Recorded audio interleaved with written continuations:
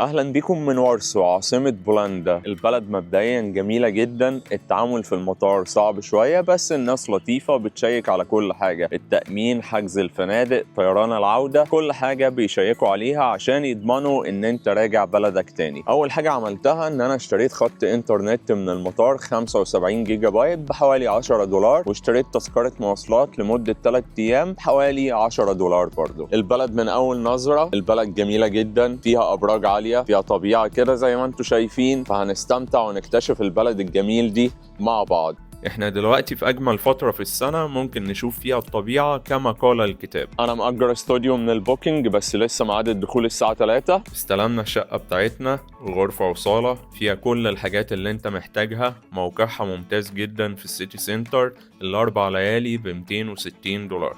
روقان وهدوء مفيش بعد كده، واحلى حاجة ان انت تصحى الصبح تشرب القهوة بتاعتك على الفيو الجميل ده.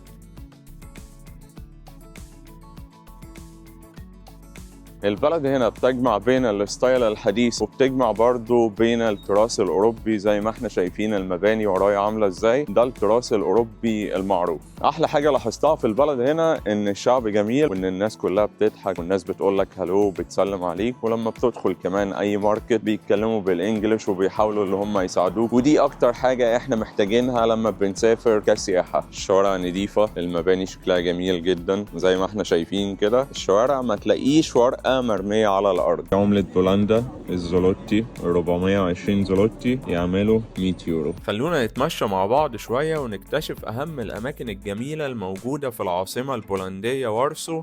التمشية في الشوارع ممتعة الصراحة، ونقعد نشرب كده فنجان قهوة عشان نفوق ونكمل جولتنا. أنا بقى اللي ينطبق عليه أكل الآيس كريم في ساندويتش، وعملتها في بلاد الفرنجة. جربت التجربة دي في بولندا، الصراحة التجربة جميلة جدا، وسعر ساندويتش الآيس كريم ده 8 يورو. بتمشى بالصدفة كده لقيت توكيل بورش، قلت أدخل أشوف الدنيا فيها إيه. لقيت العربية ال 911 دي سعرها 203 ألف يورو. قول لي في بلدك أرخص ولا في بولندا؟ وارسو عاصمة بولندا جميلة جدا وخضار في كل حتة. البلد حرفيا جميلة. النهر اللي احنا بنتمشى عليه دلوقتي اسمه نهر فيستولا، ده في العاصمة وارسو. الناس لما بتلاقي الجو حلو تطلع تتمشى، تركب العجلة بتاعتها، اللي عنده كلب بياخده يمشيه.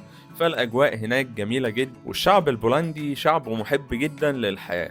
لما بيلاقي الأجواء جميلة بيطلعوا يستمتعوا بالإمكانيات الموجودة في البلد. الفيديوهات اللي جاية هنكتشف فيها أكتر بولندا بكل تفاصيلها. ما تنساش لايك وشير للفيديو. سلام.